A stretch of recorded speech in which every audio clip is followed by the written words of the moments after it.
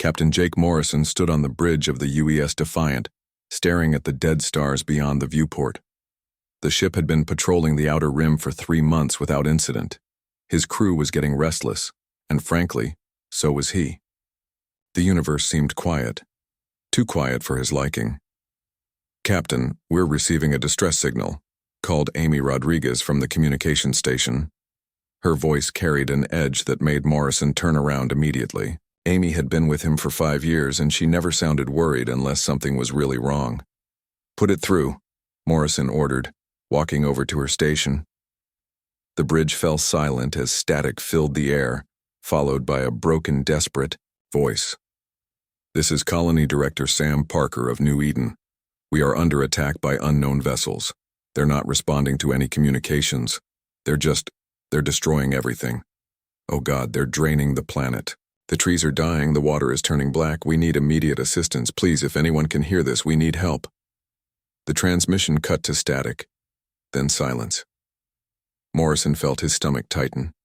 New Eden was one of humanity's newest colonies, home to nearly 50,000 people. He had visited there 2 years ago during a supply run. It was a beautiful world covered in green forests and blue oceans. "How far are we from New Eden?" Morrison asked. Lisa Campbell, his chief engineer, checked her instruments. "About 6 hours at maximum warp, Captain. But sir, that message was sent 4 hours ago." Morrison closed his eyes for a moment. If they were already under attack 4 hours ago, they might be too late. But he had to try. "Set course for New Eden, maximum warp, and send a message to Earth Command. Tell them we're responding to a distress call and may need backup." "Yes, sir," Amy replied, her fingers flying over her console. As the Defiant flew through space toward New Eden, Morrison gathered his senior staff in the briefing room. Besides Amy and Lisa, there was Ryan Davis, his tactical officer, and Dr. Helen Brooks, the ship's science officer and doctor. "What do we know about the attackers?" Morrison asked. Ryan pulled up what little data they had. "Nothing good, Captain. The transmission mentioned unknown vessels that weren't responding to communications. They're apparently capable of some kind of planetary destruction." Dr. Brooks leaned forward. "The colony director mentioned they were draining the planet. That's not typical of any known weapon system. Most attacks target infrastructure or population centers directly. Could be a new type of terraforming weapon," Lisa suggested. "Something that strips a planet of its resources." Morrison nodded grimly. "Whatever it is, we'll find out soon enough. Ryan, I want all weapon systems ready. Lisa, make sure our shields are at maximum efficiency. Amy, keep monitoring all frequencies. Maybe we'll pick up something useful." The next few hours passed slowly. The crew worked in tense silence, preparing for whatever they might find at New Eden. Morrison tried to stay calm, but his mind kept returning to the fear he had heard in Sam Parker's voice. He had known Sam personally. The man was steady, experienced, not the type to panic easily. "Dropping out of warp in 30 seconds, Lisa announced. Morrison returned to the bridge and took his position in the captain's chair. "All stop. Scan the system." What they found made everyone on the bridge go silent. Where New Eden should have been, there was still a planet, but it was completely gray. No blue oceans, no green continents, no white clouds. Just a lifeless gray ball floating in space. "My God," Dr. Brooks whispered. "What happened to it?" Amy's voice was shaky as she reported. "I'm not detecting any life signs, Captain. No energy, readings, no heat signatures. It's like the planet is completely dead." "Take us closer," Morrison ordered. "But keep our distance. I want to know what did this." As they approached the dead world, their sensors began picking up debris floating in space. Morrison could see pieces of buildings, vehicles, and worse things that he didn't want to think about too hard. "Captain," Ryan said, his voice tight with anger, "I'm detecting massive energy signatures moving away from the planet. 3 large vessels heading toward the outer system. Can you get a visual?" The main screen flickered, then showed 3 enormous ships unlike anything Morrison had ever seen. They were dark, almost black, and shaped like giant teardrops. Each one was at least 5 miles long, covered in strange glowing patterns that pulsed like a heartbeat. "Those aren't human ships," Dr. Brooks said. "The design is completely alien." Morrison studied the vessels. They moved with purpose, in perfect formation, like they had done this many times before. "Amy, are you picking up any communications from those ships?" "Negative, Captain. They're completely silent." "What about the planet? Any survivors?" Amy worked at her console for several minutes before shaking her head. "Nothing, sir. The planet is completely lifeless. Even the bacteria in the soil are gone." Morrison felt a cold anger building in his chest. 50,000 people had lived on New Eden. Families, children, people who had left Earth to build a better life among the stars. Now they were all gone, and their beautiful world was nothing but a gray rock. "Follow those ships," he ordered, "but stay back. Don't let them detect us." "Captain," Lisa said carefully, "our ship is designed for patrol duty, not combat with vessels that size. If they can do that to an entire planet—" "I know," Morrison replied, "but we need to find out who they are and where they're going. If they can destroy a whole world, Earth needs to know about it." As the Defiant began following the alien ships, Morrison realized that everything had changed. Humanity was no longer alone in the universe, and their new neighbors were not friendly. Whatever those ships were, wherever they came from, they had just declared war on the human race. The hunt had begun.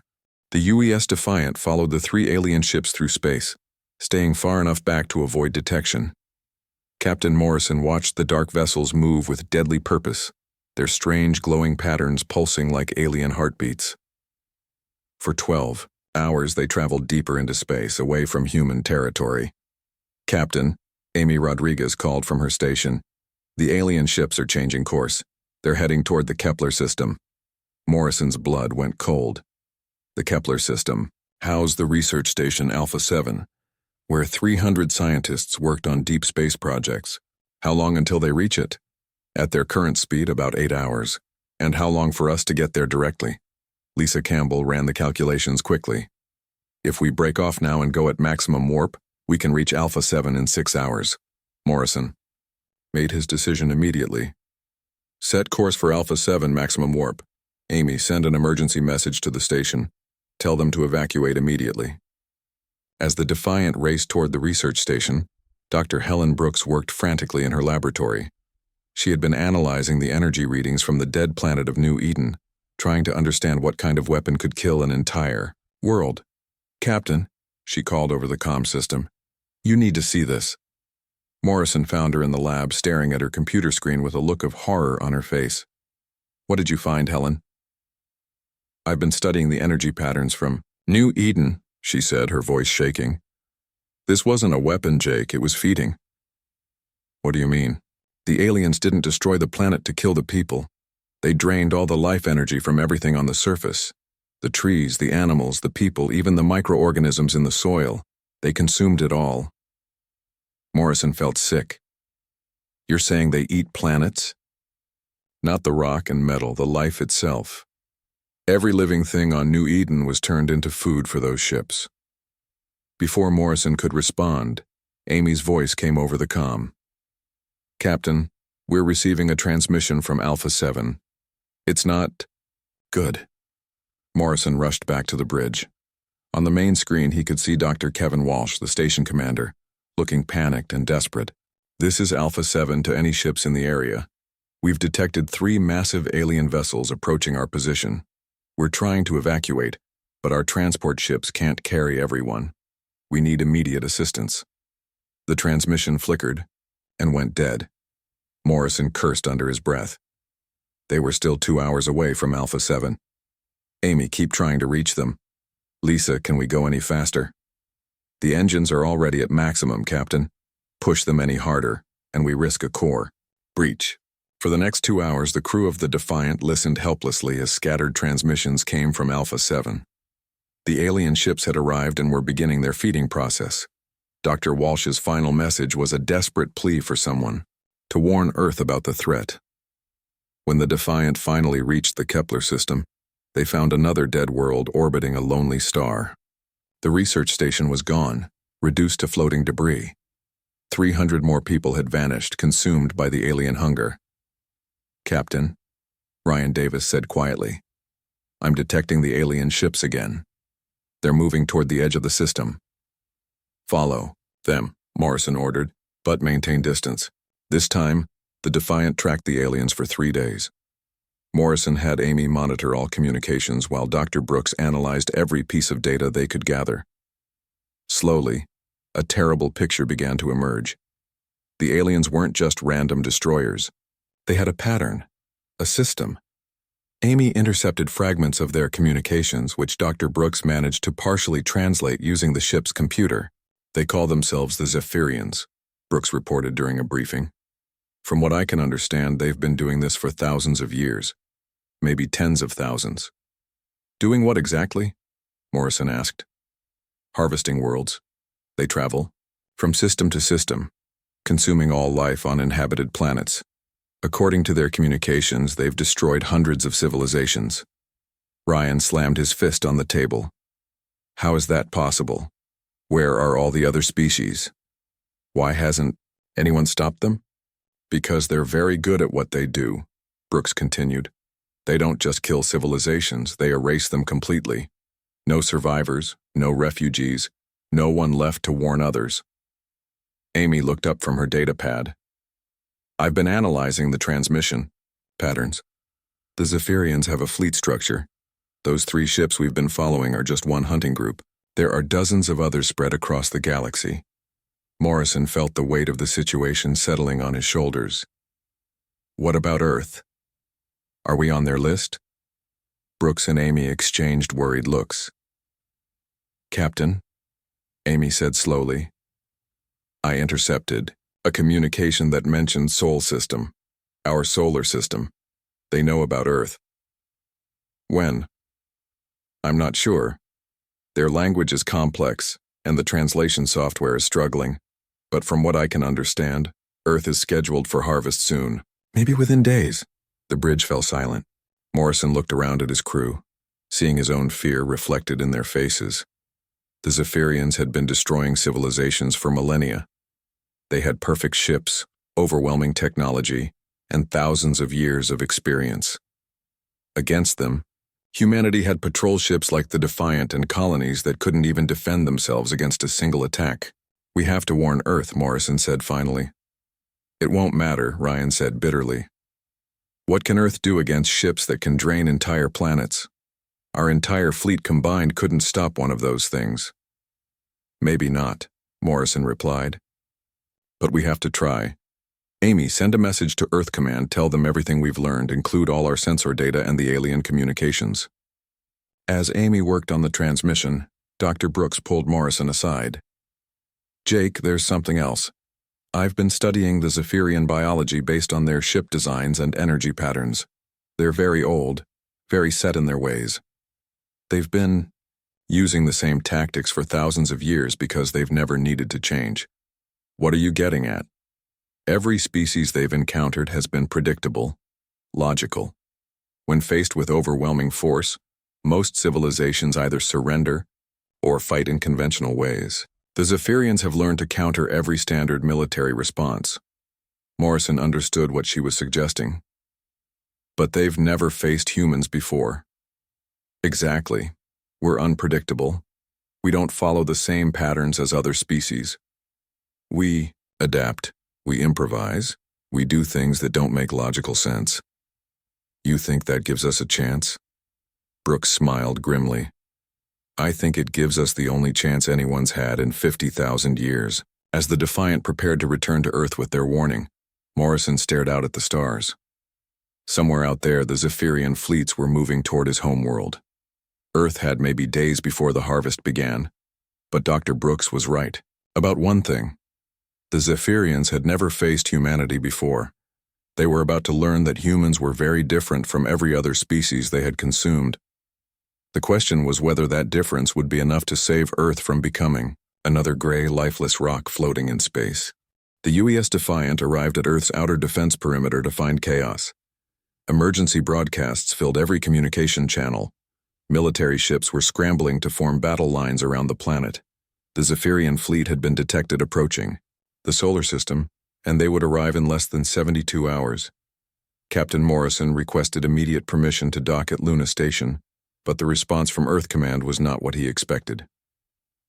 Defiant, this is Admiral Pete Collins. Your warning came just in time, but I'm afraid the situation is worse than you reported. Our deep space sensors have detected not 3, but 30 Zephyrian ships heading for Earth. Morrison felt his heart sink. 30 ships like the ones he had seen destroy 2 colonies. Earth's entire defense fleet consisted of maybe 50 ships, and most of them were not designed for the kind of warfare they were about to face. Admiral, the Defiant requests permission to join the defense fleet. There was a long pause before Collins responded. Captain Morrison, your ship is a patrol vessel. Against those monsters, you'd be destroyed in the first minute of combat. I'm ordering you to evacuate civilians from the outer colonies. With respect, sir, running away won't save anyone. These aliens don't take prisoners, they consume everything. Another pause. Report to Luna Station immediately. We need to discuss this in person. 2 hours later, Morrison found himself in the war room at Luna Station, surrounded by Earth's top military commanders. The holographic display showed the approaching Zephyrian fleet, 30 dark shapes moving steadily toward Earth like harbingers of death. Admiral Collins was a stern man in his 60s, with gray hair and tired eyes. Captain Morrison, your report about these Zephyrians has changed everything. We always knew we might face hostile aliens someday, but nothing like this. What's our battle plan? Morrison asked. General Sarah Kim, head of Earth Defense Forces, activated another hologram showing ship positions. We're forming 3 defensive lines. The first will try to slow them down in the asteroid belt. The second will engage them near Mars. The third is a last stand around Earth itself. Morrison studied the formation. It was exactly the kind of logical, layered defense that military academies taught. It was also exactly the kind of strategy the Zephyrians had been defeating for thousands of years. General, this won't work. The room went quiet. Several officers looked offended, but Morrison continued. The Zephyrians have faced this exact strategy hundreds of times. They know how to break through layered defenses. Their ships are built to crush organized resistance. Then what do you suggest? Admiral Collins asked coldly. Morrison walked to the holographic display. We don't fight them the way they expect. We use hit-and-run tactics, small groups attacking, from unexpected angles. Make them chase us through the asteroid field where their size works against them. You're talking about guerrilla warfare in space, General Kim said. Our ships aren't designed for that kind of fighting. Neither were the ships of any species the Zephyrians destroyed, Morrison replied. But maybe that's why they're all dead. Maybe it's time to try something different. Dr. Brooks, who had been quietly reviewing data in the corner, suddenly spoke up. Captain Morrison is right. I've been analyzing the Zephyrian communications we intercepted. Their battle tactics haven't changed in over 10,000 years. They rely on overwhelming force and predictable enemy responses. Admiral Collins leaned back in his chair. Even if you're right, we don't have time to retrain our entire fleet in new tactics. Then let us do it, Morrison said.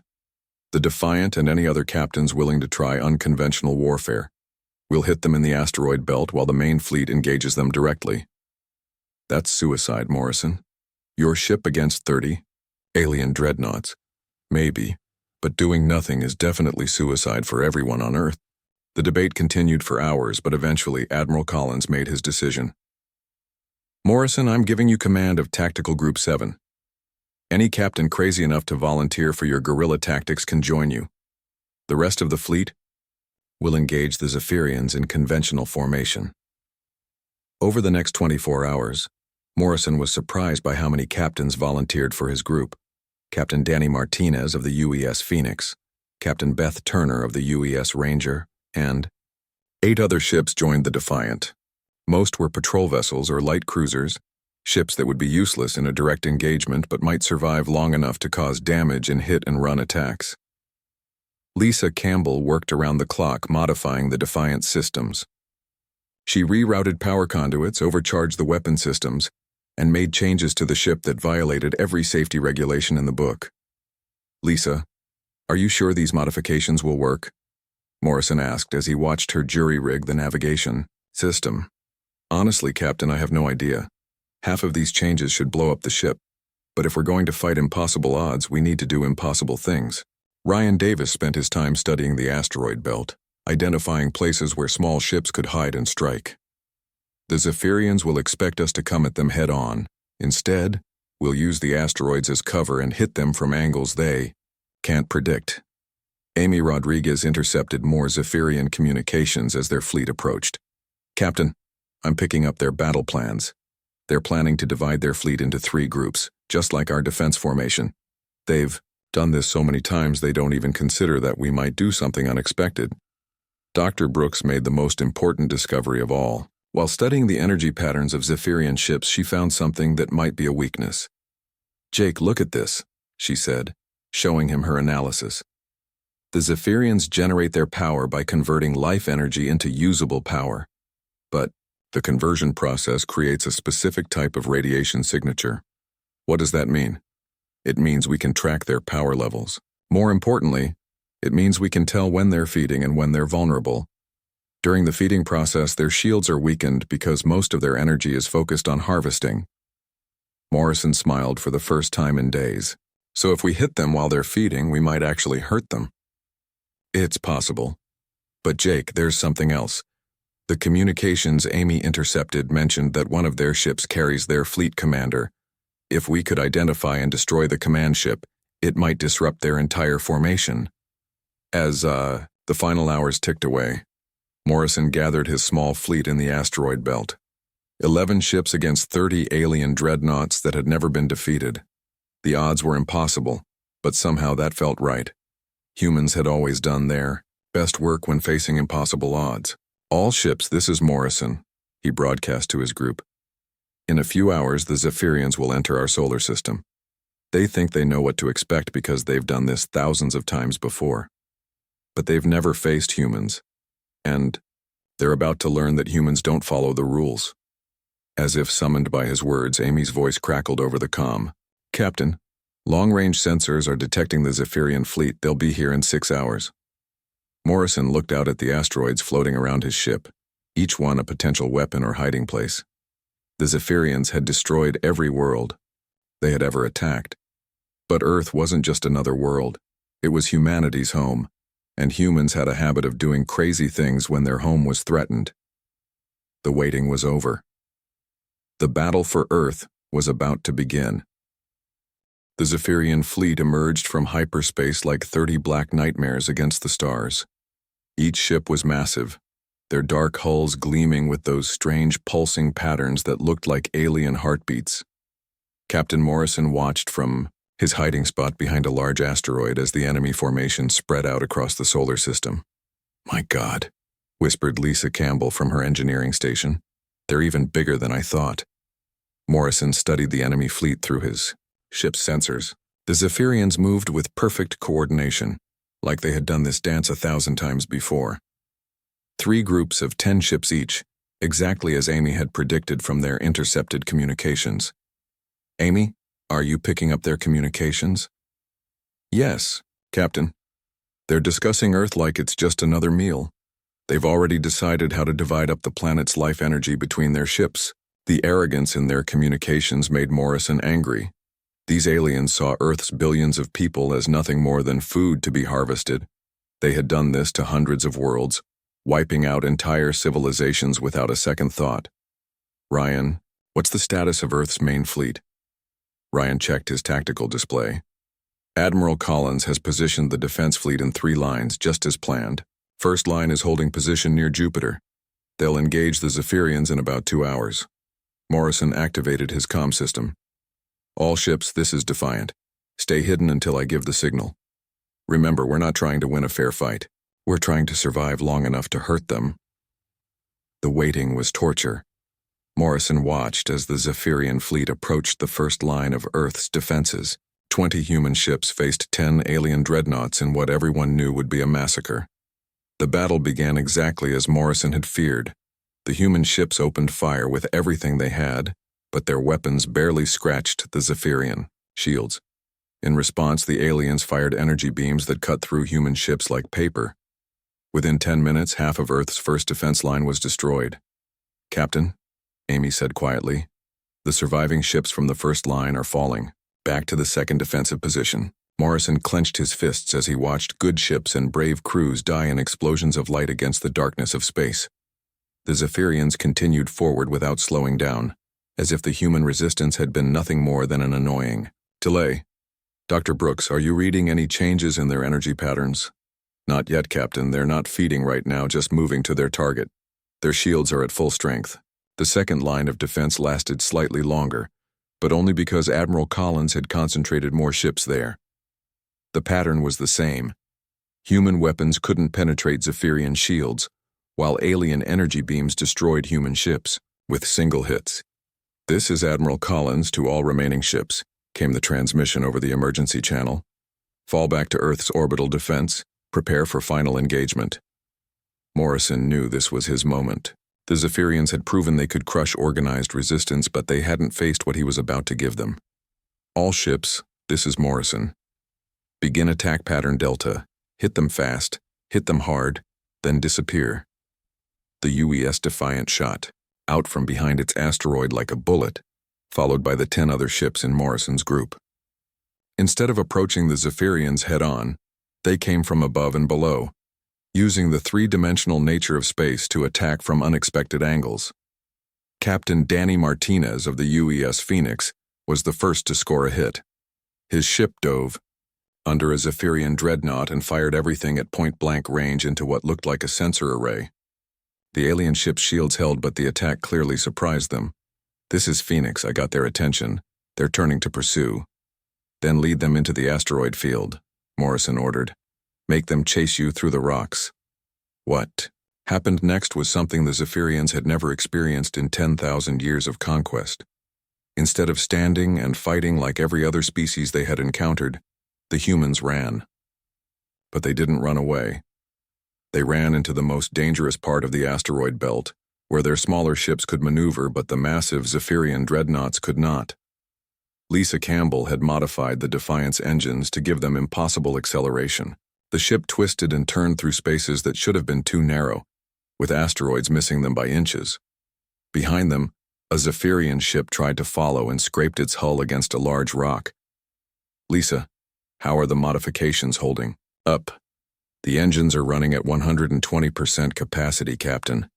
We can maintain this for maybe 30 minutes before something explodes." Ryan coordinated the attacks with deadly precision. "Captain Beth, there's a Zephyrian ship caught between two large asteroids. If you hit their port side now, you might punch through their shields." Captain Turner's ship, the UES Ranger, swooped in and fired a full spread of missiles at the trapped alien ship. For the first time in the battle, human weapons actually damaged a Zephyrian vessel. Dark fluid leaked from the wound in its hull. "We hurt one," Turner reported with excitement. Their shields went down for about 3 seconds after the impact. Dr. Brooks was monitoring everything from her station. "Captain, I'm seeing power fluctuations in the damaged ship. When their hull was breached, it disrupted their energy conversion systems." Morrison understood immediately. "Their shields and weapons run on the same power system. Damage one, and you weaken the other." The battle in the asteroid field became a deadly game of cat and mouse. The human ships darted between rocks, taking quick shots at their massive opponents before disappearing again. The Zephyrians, used to opponents who fought in predictable formations, found themselves frustrated and confused. "Amy, what are their communications saying now?" "They're arguing, Captain. Some want to abandon the asteroid field and continue to Earth. Others want to stay and destroy us. They're not used to this kind of resistance." Morrison smiled grimly. The Zephyrians were learning that humans didn't follow the rules of civilized warfare. When faced with impossible odds, humans got creative. "All ships, focus fire on the damaged vessel. If we can destroy one of them, it might make the others think twice." For 20 minutes, Morrison's small fleet played a deadly game with the alien ships. They used every asteroid as cover, every piece of space debris as a weapon. Captain Martinez actually managed to push a small asteroid into the path of a pursuing Zephyrian ship. causing it to collide and lose power to its forward shields. But the human ships were taking damage too. The UES Ranger lost its starboard engine to an alien energy beam. 2 other ships reported critical damage and were forced to withdraw. Then Amy made a discovery that changed everything. "Captain, I've been monitoring their fleet communications. One of the ships hanging back from the battle is giving orders to all the others. I think it's their command ship." Morrison looked at his tactical display. There, protected by 5 other Zephyrian vessels, was a ship slightly different from the others. It was larger with more complex energy patterns and it hadn't participated in the fighting. "That's our target," Morrison announced. "If we can take out their command ship, we might disrupt their entire fleet." Ryan checked the tactical situation. "Captain, that ship is heavily guarded. We'd have to get through 5 other vessels just to reach it." "Then that's what we'll do," Morrison replied. "Lisa, give me everything the engines have got." "Amy, broadcast our intentions to Admiral Collins. If we don't make it, at least Earth will know where to aim." The UES Defiant turned away from the asteroid field and accelerated toward the Zephyrian command ship. Behind them, the other human vessels followed, ready to make their final stand. The real battle was about to begin. The UES Defiant raced through space toward the Zephyrian command ship, followed by the remaining vessels of Morrison's tactical group. 5 alien dreadnoughts moved to intercept them, their weapons charging with deadly energy. "All ships break formation," Morrison ordered. "Don't make it easy for them." The human ships scattered like leaves in a storm, each one taking a different path toward the command vessel. The Zephyrian guards opened fire, their energy beams cutting through space where the human ships had been moments before. Captain Martinez in the Phoenix took the most direct route, drawing fire from 3 enemy ships. His vessel shook under the impact of alien weapons, but he kept flying straight at the command ship. Phoenix to Defiant. "I'm taking heavy damage, but I'm almost through their line." "Keep going, Danny," Morrison replied. "We're right behind you." Lisa Campbell pushed the Defiant's engines beyond their safety limits. The ship vibrated so hard that Morrison could hear metal groaning throughout the hull. Warning lights flashed on every console, but the ship kept moving forward. "Captain," Ryan called out. "The Phoenix just broke through. Martinez is heading straight for the command ship." On the main screen, Morrison watched as the Phoenix fired everything it had at the alien command vessel. The ship's weapons struck the enemy shields, causing them to flicker and weaken. But before Martinez could fire again, 2 Zephyrian ships caught up with him. The Phoenix exploded in a ball of fire that lit up the darkness of space. Captain Danny Martinez and his crew of 43 were gone. "Danny," Morrison whispered, then raised his voice. "All ships continue the attack. Don't let his sacrifice be wasted." The Defiant reached the weakened command ship just as its shields were rebuilding. Morrison had maybe 10 seconds before they were back to full strength. "Ryan, fire everything we have." "Lisa, prepare for ramming speed." "Captain, if we ram that ship, we'll be killed too." "Maybe, but if we don't stop them here, everyone on Earth dies." The Defiant's weapons struck the command ship's hull just as its shields flickered back to life. The damage was minor, but it was enough to create a small breach in the alien vessel's armor. "There," Dr. Brooks shouted from her station. "I'm reading a docking port near that breach. It's designed for smaller ships." Morrison understood immediately. The Zephyrians use smaller craft to move between their ships. If they could dock with the command vessel, they might be able to get inside. "Lisa, take us in for docking. Amy, tell the other ships to keep the guards busy." "Captain, you're talking about boarding an alien ship. We don't know anything about their atmosphere, their defenses, or what we'll find inside. We know they have a commander who's been giving orders to the entire fleet. If we can stop that commander, we might save Earth." The Defiant's docking tube connected with the alien ship just as 2 Zephyrian guards began closing in on them. Morrison grabbed a weapon and a breathing mask from the emergency locker. "Ryan, Helen, you're with me. Lisa, keep the ship ready for a quick departure. Amy, monitor their communications and warn us if anything changes." The 3 of them entered the alien ship through the docking tube. Morrison had expected to find corridors filled with toxic gas or crushing gravity, but the environment was surprisingly similar to what humans could tolerate. What he hadn't expected were the walls. Every surface of the ship was covered with what looked like trophies, preserved creatures from hundreds of different worlds displayed like hunting prizes. Morrison saw beings that looked almost human, others that were clearly reptilian or insectoid, and things that defied description. "My God," Dr. Brooks whispered. "These are representatives of every species they've destroyed." They moved deeper into the ship, following the energy readings that Dr. Brooks said would lead them to the command center. The corridors were filled with more displays of extinct life forms, a museum of galactic genocide. Finally, they reached a large chamber at the heart of the ship. At its center sat a creature that could only be the Zephyrian commander. She was tall and elegant, with pale skin that seemed to glow with internal light. Her eyes were completely black, and when she looked at the humans, Morrison felt like she was looking into his soul. "So," she said in perfect English, "the humans have finally arrived. I am Empress Zixithera, and I have been waiting to meet your species for some time." "You speak our language," Morrison said, trying to keep his weapon steady. "I speak the languages of all the species I have consumed. Your world has been broadcasting signals into space for decades. Learning your communication was simple." Ryan stepped forward, his weapon aimed at the Empress. "Call off your fleet, leave our system, and never come back." Zixithera laughed, a sound like breaking glass. "Young human, you do not understand what you are facing. I have lived for over 50,000 years. I have consumed the life energy of 1,000 worlds. Your species is nothing special." "If we're nothing special, why haven't you destroyed Earth yet, Doctor?" Brooks asked. The Empress's expression changed slightly. "Your species is unusual. Most civilizations we encounter follow predictable patterns when faced with extinction. They either surrender immediately or fight in organized formations that are easy to defeat. You have done neither." Morrison felt a surge of pride. "That's because humans don't give up." "Every species says that before they die," Zixithera replied. "But you will learn, as they all did, that resistance is futile." The Empress raised her hand, and Morrison felt a crushing pressure inside his head.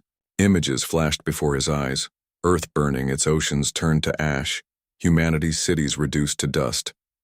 He saw himself and his crew dying, their life energy being drained to feed the alien fleet. But then Morrison did something that surprised even himself.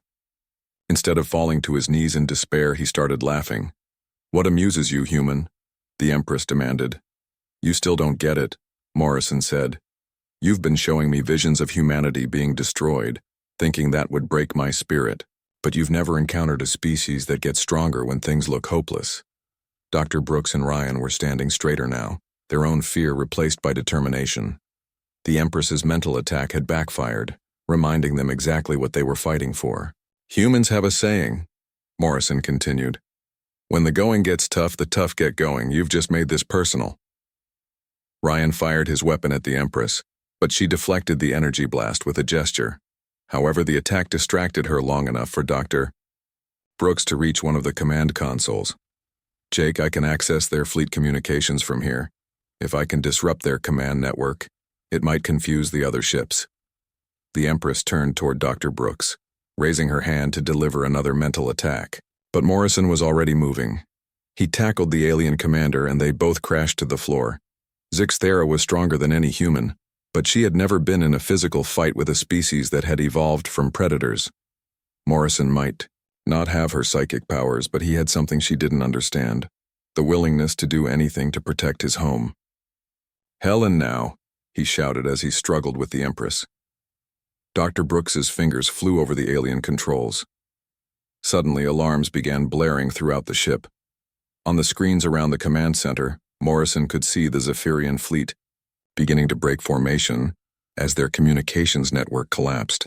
The Empress screamed in rage and threw Morrison across the room with inhuman strength, but the damage was done.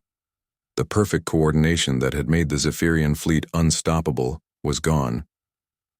"You have destroyed 50,000 years of conquest," Zixithera snarled as she advanced on Morrison. "But it will not save your world." "Maybe not," Morrison replied, struggling to stand. "But at least we gave them a fight they'll remember." The Empress raised her hand for a final killing blow, but it never came. Ryan's second shot hit her squarely in the chest, and the ancient alien commander collapsed. With Zixathera dead and their command network in chaos, the Zephyrian fleet began to retreat. For the first time in their 50,000-year history of conquest, they had been defeated. Morrison looked at the displays showing his dying world and realized that sometimes the impossible was just another word for human.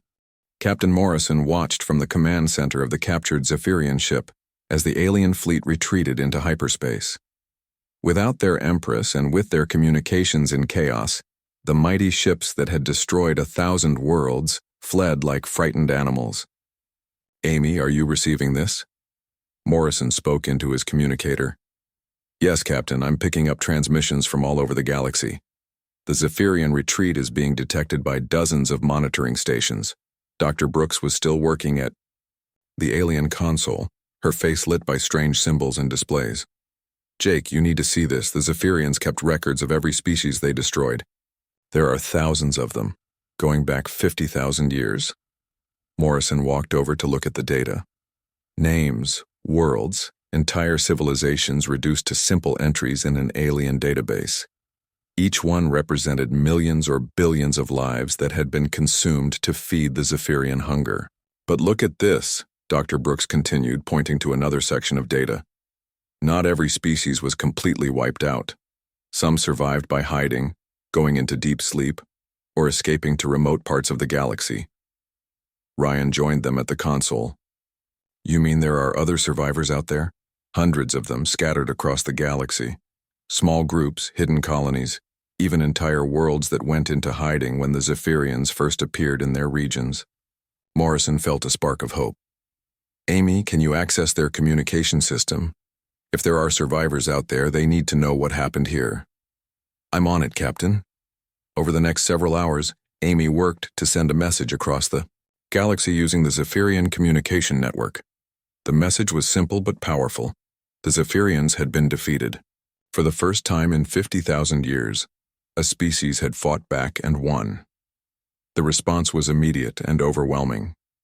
The first reply came from a system called Vega Prime, where a species called the Altarians had been hiding in underground cities for 3,000 years. Their message was brief but emotional. "Is this real? Are the destroyers truly gone?" Then came transmissions from the Crystalline Collective, silicon-based life forms who had been dormant in asteroid fields for millennia. They had turned themselves into living rocks to avoid detection, waiting for the day when it might be safe to wake up. From the far edge of the galaxy came signals from the Aquatic Federation, an alliance of water-dwelling species who had hidden their worlds behind artificial storm systems that made their planets look uninhabitable. "Captain," Amy reported, "I'm receiving over 200 different responses. Species I've never heard of, all of them saying the same thing. They want to know if the Zephyrians are really defeated." Morrison thought about his response carefully. "Tell them the truth. We destroyed one fleet and killed their empress, but there are other Zephyrian fleets out there. The war isn't over, but for the first time in 50,000 years we have a chance to win it." The reaction to that message surprised everyone. Instead of fear or despair, the hidden survivors of the galaxy responded with something that had been missing for millennia: hope. Within days, ships began arriving in the Sol system. Not warships, but vessels carrying representatives from dozens of species that had thought they were alone in the universe. The Altarians sent a delegation in ships that looked like floating crystals. The Aquatic Federation arrived in vessels filled with water, their occupants communicating through complex light patterns. Admiral Collins was overwhelmed trying to coordinate meetings with so many different species. Luna Station became a hub of galactic diplomacy as beings who had hidden for thousands of years finally felt safe enough to reveal themselves. Morrison found himself at the center of it all. The captain who had refused to give up when faced with impossible odds had become a symbol of resistance for the entire galaxy. "Captain Morrison," said Ambassador Thylix of the Altarian survivors during one of the first diplomatic meetings, "your species has done something we thought was impossible. You have given us back our future." "We just did what we had to do," Morrison replied. "We couldn't let them destroy our home." That is exactly what makes your species special, Thylix continued. Every other civilization faced with the Zephyrians eventually accepted defeat. You refused to accept the unacceptable. Dr. Brooks had been studying the records from dozens of survivor species, and her findings were remarkable. Jake, do you realize what we've accidentally created? For 50,000 years, these species have been isolated, each one thinking they were the only survivors. Now they're talking to each other for the first time. Morrison looked out the viewport of Luna Station at the dozens of alien ships gathered around Earth. Each one represented a species that had survived the Zephyrian Holocaust, and now they were no longer alone. Amy, what's the status of the other Zephyrian fleets? According to the data we captured from their command ship, there are 12 other fleets scattered across the galaxy. But Captain, something interesting is happening. The survivor species are sharing information about Zephyrian movements in their regions. For the first time ever, we're getting a complete picture of how they operate. Ryan was coordinating with the various species' military representatives. Captain, some of these civilizations have been preparing for war for thousands of years. The Crystalline Collective has built weapons specifically designed to fight Zephyrian ships. The Aquatic Federation has developed stealth technology that makes ships invisible to Zephyrian sensors. Morrison began to understand what was happening. Humanity hadn't just defeated one Zephyrian fleet. They had sparked a galactic revolution. What are you suggesting, Ryan? I'm suggesting we hunt them down. All of them. Every remaining Zephyrian fleet in the galaxy. The idea was audacious. For 50,000 years, the survivors had hidden while the Zephyrians roamed free, destroying any civilization they found. Now Morrison was being asked to lead a coalition of survivors in a war of extermination against their former oppressors. The Zephyrians kept detailed records of their fleet movements, Dr. Brooks added. We know where they are, where they're going, and how they operate. Combined with the knowledge and technology of all these survivor species, we actually have a chance to end this forever. Morrison thought about the 50,000 people who had died on New Eden, the 300 scientists on Alpha 7, and the billions of lives represented in the Zephyrian trophy collection. Then he thought about the hope he saw in the eyes of beings who had been hiding in fear for millennia. Admiral Collins, I request permission to lead a joint fleet against the remaining Zephyrian forces. Collins, who had been listening to the conversation, smiled. Captain Morrison, given what you've already accomplished, I think the entire galaxy would follow you into battle. 6 months later, the UES Defiant led a fleet of over 300 ships toward the Andromeda Galaxy, where long-range sensors had detected a massive Zephyrian presence. The fleet was unlike anything the universe had ever seen. Humans working alongside Altarians, crystalline beings cooperating with aquatic species, dozens of civilizations united by a common purpose. Morrison stood on the bridge of his ship, looking at the star charts that showed Zephyrian positions throughout nearby galaxies. The war would take years, maybe decades, but for the first time in galactic history, the hunters had become the hunted. Captain, Amy reported, we're receiving a transmission from the Zephyrian fleet in Andromeda. They're demanding we surrender. Morrison smiled. Tell them that humans don't surrender. Tell them we're here to finish what they started 50,000 years ago. As the combined fleet moved toward their first target, Morrison reflected on how much had changed. One small human ship had refused to accept defeat, and that refusal had awakened an entire galaxy. The Zephyrians had made one critical mistake in their 50 millennia of conquest. They had never faced a species that got stronger. When things looked hopeless, the galaxy would never forget that lesson.